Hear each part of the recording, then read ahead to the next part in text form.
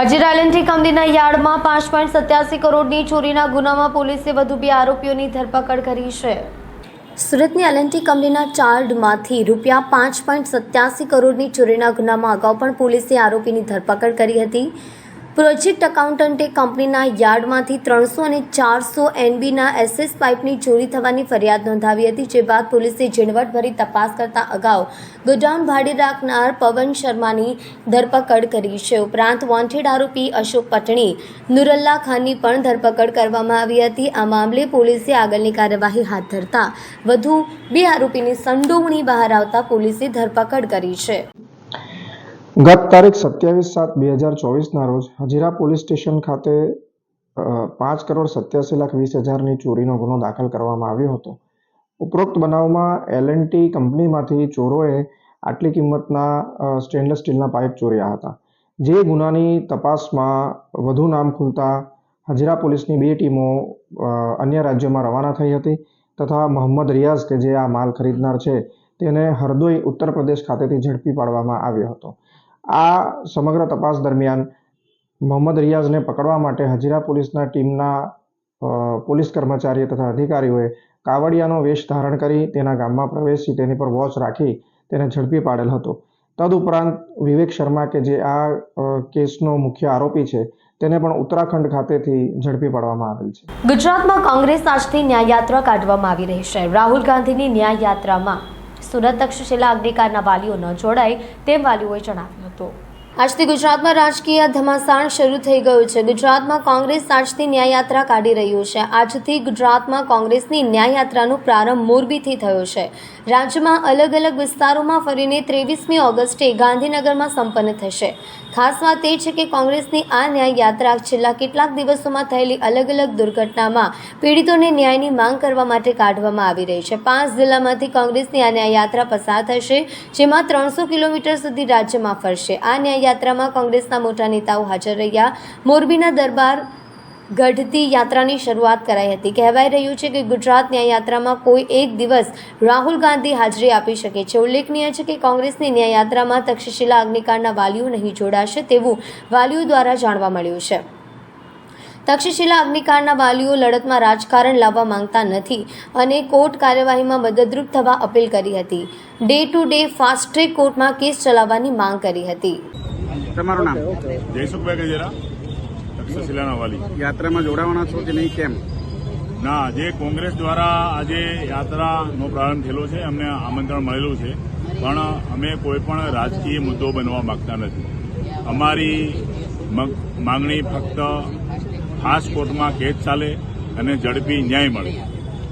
અમારો કેસ જ્યારથી કોર્ટમાં ચાલુ થયો છે ત્યારથી જે પણ કોઈ આવા સંવેદનશીલ કેસમાં બહારથી મદદ કરવા માંગતા હોય એને અમે તમામને આવકારીએ છીએ, પણ એક રાજકીય મુદ્દો બનાવીને કદાચ કોઈ રાજકીય લાભ કાઢવા ઈચ્છતું હોય અને અમારો લડતને ડાયવર્ટ કરવા માંગતું હોય તો અમે એવા લોકોને બિલકુલ અમારી લડતમાં અમે એન્ટ્રી થવા દીધી નથી। અમે આજે કે ભાઈ ગુજરાત ગવર્મેન્ટ હોય કે દિલ્હી સુધીના નેતાઓ એને એક મેસેજ દેવા માંગીએ છીએ કે ભાઈ આજે અમે 5 વર્ષથી આ કોર્ટોમાં ધક્કા ખાઈ અને થાક્યા છીએ, તો ભાઈ કોઈ પણ હિસાબે અમને ફાસ્ટ ટ્રેક કોર્ટ આપી અને જલ્દી બને એટલો ન્યાય અપાવો।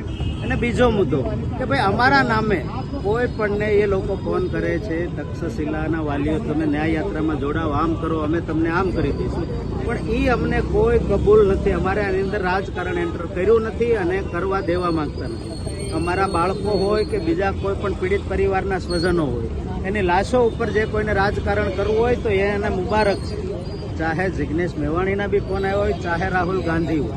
5 વખત સાહેબ અહીં રાહુલ ગાંધી આવી ગયેલા છે। આ 5 વર્ષમાં તક્ષશિલાઓ બનાવ બન્યા પછી સુરત કોર્ટમાં હાજરી આપવા, જો એને એટલી જ લાગણી અમારા પ્રત્યે હતી તો એ અમને ત્યારે મળી શકતા હતા। તો હવે આજે 5 વર્ષે એમને યાદ કરે તો એનો કોઈ મતલબ જ નથી સાહેબ। તો એના માટેનો અમારા મગજમાં એક જ વસ્તુ છે તો એને રાજકારણ જ કરવું છે। અમારે કોઈ વિરોધો નથી, કોઈ પણ પક્ષ છે અને કોઈને એન્ટર નથી થવા દીધા। આજકી સુધી અમારી સરકાર સામે ભ્રષ્ટાચાર સામે લડત હતી છે, હજી અમે એની મૂકી જ નથી। યાત્રામાં જોડાવાના છો? યાત્રામાં અમે કોઈ જોડાવાના નથી। આ ચોખ્ખો મેસેજ છે ને અમે એને કહેવા પણ માંગીએ છીએ કે આ ધતિંગ બંધ કરી અને લોકોને સપોર્ટ ઓરિજિનલ કરો ન્યાય અપાવવા માટે, કે તમારે મતની ખેતી કરવી હોય તો બીજાની લાશો ઉપરથી બંધ કરો। સરકારના મહિલા સશક્તિકરણ અંગેના પ્રયત્નોને વધુ વેગવાન બનાવવાના ભાગરૂપે આગામી રક્ષાબંધન પર્વ નિમિત્તે સુરત મહાનગરપાલિકા દ્વારા તમામ ઝોનમાં રાખી મેળા શરૂ કરાયા છે। શહેરમાં દર વર્ષની જેમ આ વર્ષે પણ સુરત મહાનગરપાલિકા દ્વારા રાખી મેળાનું આયોજન કરવામાં આવ્યું છે, જેમાં શહેરના દરેક ઝોનની અંદર રાખી મેળાનું આયોજન કરવામાં આવી રહ્યું છે।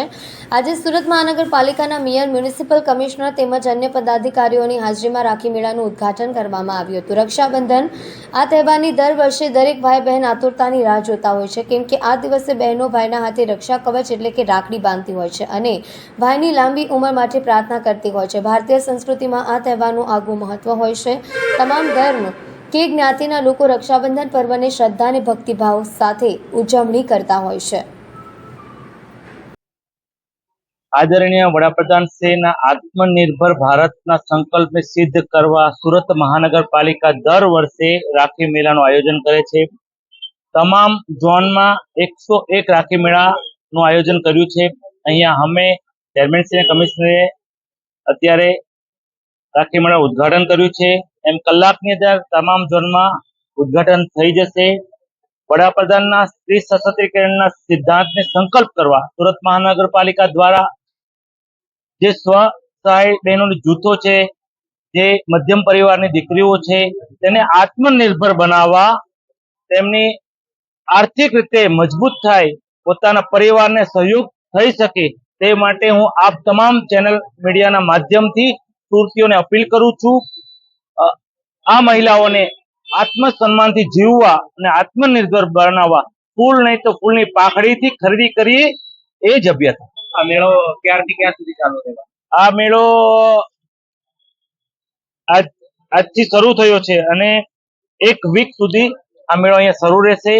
એમ એ જ રીતે તમામ ઝોનમાં જે 9 ઝોનમાં 101 મેળાનું આયોજન કર્યું છે એ તમામ દુકાનો પણ એ રીતે શરૂ રહેશે। ઓકે। 15 ઓગસ્ટ નિમિત્તે સુરત પોલીસ કમિશનર અનુપમસિંહ ગેહલોતે વાય જંકશન પાસે વાહન ચાલકોને તિરંગા વિતરણ કર્યા હતા। લોકોમાં રાષ્ટ્રપ્રેમની ભાવના જાગે તેવા આશયથી કેન્દ્ર સરકાર દ્વારા તારીખ 10 થી 13 ઓગસ્ટ દરમિયાન સમગ્ર દેશમાં હર ઘર તિરંગા અભિયાનની ઉજવણી કરવામાં આવી રહી છે, જેના ભાગરૂપે તમામ જિલ્લા, તાલુકા અને નગરપાલિકા કક્ષાએ તિરંગા પદયાત્રા યોજાશે। દરેક લોકો પોતાના ઘરો, શેરી, મહોલ્લાઓમાં તિરંગો લહેરાવશે, જેના ભાગરૂપે સુરત પોલીસ કમિશનર અનુપમસિંહ ગેહલોતે વાય જંકશન પાસે વાહન ચાલકોને તિરંગા વિતરણ કર્યા હતા। આ સાથે આમ નાગરિકોને તિરંગાનું વિતરણ કરવામાં આવ્યું હતું। લોકોને આઝાદી તેમજ તિરંગાનું સન્માન જળવાઈ રહે તે અંગેની સમજ પણ અપાઈ હતી। અડાજણ વિસ્તારમાં આવેલા સીએનજી પંપ પાસે રસ્તા પર દોડી રહેલી કારમાં અચાનક આગ લાગતા અફરાતફરીનો માહોલ સર્જાયો હતો। સુરતના રસ્તા પર દોડતા વાહનોમાં અચાનક આગ લાગી જવાના બનાવમાં એક પછી એક વધારો થઈ રહ્યો છે, ત્યારે અડાજણ વિસ્તારમાં દોડતી એક લક્ઝરીઝ કારમાં આગ લાગી ગઈ હતી। કાર રસ્તા ઉપર દોડતી હતી ત્યારે આગ લાગી જતા ચાલક સૂઝબૂઝ વાપરીને નીચે ઉતરી ગયો હતો, આથી તેનો બચાવ થયો હતો। રસ્તા પર દોડતી કારમાં અચાનક આગ લાગી જતા સ્થાનિકોએ જાણ કરતા કાર ચાલક નીચે ઉતરી ગયો હતો। ત્યારબાદ ફાયર બ્રિગેડને લઈને કાર ચાલક સહિતના લોકોએ ફાયર એક્સટિંગ્વિશરનો ઉપયોગ કરીને કારમાં લાગેલી આગ ઉપર કાબૂ મેળવવાના પ્રયત્ન કર્યા હતા। ત્યારબાદ ફાયર બ્રિગેડે ઘટના સ્થળે પહોંચીને કુલિંગની કામગીરી હાથ ધરી હતી। ફાયર ઓફિસરે કહ્યું, હ્યુન્ડાઈ કંપનીની વર્નર ડીઝલ કાર હતી, બેટરીમાં શોર્ટ સર્કિટથી આગ લાગતા એક તરફનું ટાયર પણ સળગી ગયું હતું। હાલ વધુ તપાસ ચાલુ છે।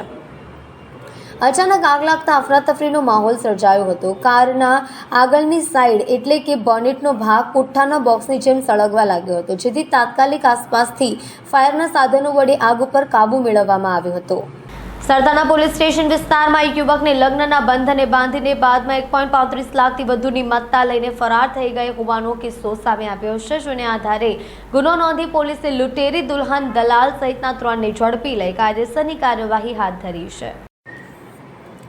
વરસી વિસ્તારમાં આવેલા યોગી ચોક ખાતે રહેતા 39 વર્ષીય યુવકના છૂટાછેડા થયા હતા। ત્યારબાદ તેનો પરિવાર કન્યાની શોધમાં હતો। આ બાબતે સગા સંબંધીઓને વાત કરી રાખી હતી, જો કે ગત જૂન મહિનામાં તેના ઓળખીતા હસમુખ કાકાએ ડિંડોલીના વિપુલ ડોબરિયા સાથે સંપર્ક કરવામાં આવ્યો હતો. વિપુલ અને જ્યોતિએ સાથે મળીને સંજના નામની છોકરીનો ફોટો બતાવી તેની સાથે મુલાકાત કરાવી આપી હતી. સાથે જ કહ્યું હતું કે સંજનાના પિતા હયાત ન હોવાથી જ્યોતિને 1.5 લાખ રૂપિયા આપવા પડશે. વિપુલ ડોબરિયાએ દલાલી પેટે 20,000 અલગથી આપવાના રહેશે. સાથે સંજનાને લગ્નમાં એક સોનાનો દાણો અને ચાંદીના છડા તથા બે ચાર જોડી કપડાં આપવાના રહેશે. તમામ બાબતો નક્કી થયા બાદ તારીખ 13/6/2024ના રોજ સાંજના અને સાથે તાપી નદીના કિનારે શંકર ભગવાનના મંદિરે લગ્ન થયા હતા. લગ્ન બાદ લગ્નનું પ્રમાણપત્ર બનાવવા તમામ ઝોન ઓફિસ ગયા હતા. ત્યાં સંજનાના ઓરિજિનલ ડોક્યુમેન્ટ્સ ન હોવાથી મેરેજ સર્ટિફિકેટ બની શક્યો નહોતો. જોકે લગ્નના 3જા દિવસે સંજનાએ કહ્યું, મારી દાદીની તબિયત સારી નથી, મહારાષ્ટ્રથી સુરત આવી છે, મારે તેમના ખબર અંતર પૂછવા જવું છે, જેથી મને મૂકી જાઓ.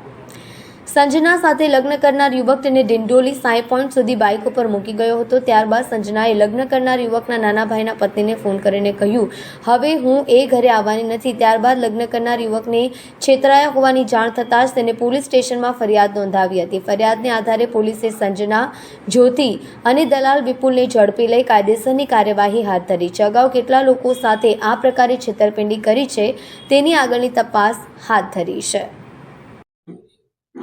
સુરત શહેરના સરથાણા પોલીસ સ્ટેશનમાં ગત 6ઠા મહિનામાં એક અરજી આવી હતી વિપુલભાઈ ડાયાણીના નામથી કે એમની સાથે એવું ચીટિંગ થયું હતું કે એમને લગ્નની લાલચ આપીને એમની પાસેથી 1,35,000 જેટલા રૂપિયાની છેતરપિંડી કરવામાં આવી હતી. જે અરજીના અનુસંધાને સરથાણાના પીઆઈ અને એમની ટીમે મહેનત કરીને એ જે ટીમ હતી જે ટીમ એના સુધી પહોંચી ગયા. તો એમાં બનાવ એવો છે કે વિપુલ ડોબરિયા કરીને જે એક શખ્સ છે અને એને જ્યોતિ નામની એક છોકરીનો કોન્ટેક્ટ કરેલો અને બંને જણા મળીને જે છોકરીઓ કામ કરતી હોય, ઘરકામ કરતી હોય, એમને સમજાવે કે તમે અમારી સાથે અમે કહીએ કામ કરો, અને એ છોકરીને તૈયાર કરી અને નકલી દુલ્હન બનાવે અને સમાજમાં, સોસાયટીમાં એવા માણસો શોધે કે જેના લગ્ન ના થયા હોય અથવા જેને પત્નીની જરૂર હોય, એમને પછી વાતોમાં ભોળવી અને આ છોકરીની ઓળખાણ કરાવે, એના નામ બદલીને. તો આ જે ગુનો હતો એમાં જે છોકરી છે, જે દુલ્હન છે, એણે એનું નામ સંજના નામ આપેલું અને આ સંજના છે અને સંજના આ જ્યોતિને ત્યાં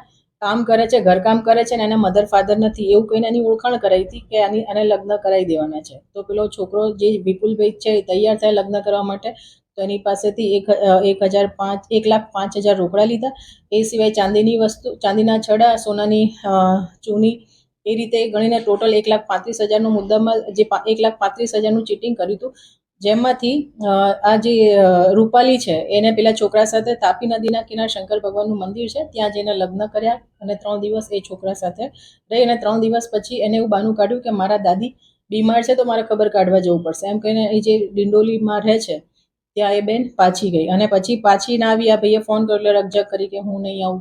એટલે આ જે અરજદાર હતા એમને શક ગયો એટલે એમણે પોલીસ સ્ટેશનમાં અરજી આપી. એમાં અમારા પીઆઈએ મહેનત કરી અને આ જે ટીમ છે, આ 3 જણાની જે ટોળકી છે, હાલ 3ના નામ ખુલ્યા છે અને 3 જણાએ મળીને આમની સાથે જે ચીટિંગ કર્યું છે એ સિવાય બીજા 2 જણા સાથે પણ હકીકત મળી છે. એ સિવાય બીજા કોની સાથે ચીટિંગ કર્યું છે એની અત્યારે પોલીસ તપાસ કરી રહી છે. તો આમાં 420 અને 120B મુજબ આઈપીસીની એ કલમો મુજબ ગુનો દાખલ કર્યો છે અને આગળ જે બીજું એવું પણ હકીકત આવે છે કે આને જે છે એને રૂપાલી કરીને છોકરી જે છે એણે સંજના નામ ધારણ કરવા માટે કોઈ સર્ટિફિકેટ ખોટું બનાવ્યાનું પણ અત્યારે ધ્યાન પર આવ્યું છે. તો એની પણ વેરીફાઈ કરી અને આગળ એની બીજી 467-68 ની કલમો પણ ઉમેરો કરવામાં આવશે.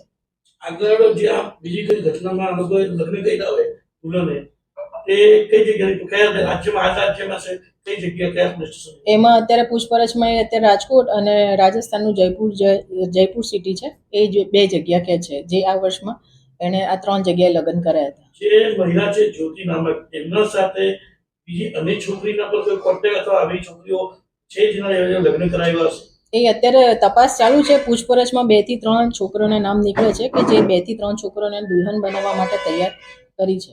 આગળની તપાસ ચાલુ છે. ઓકે.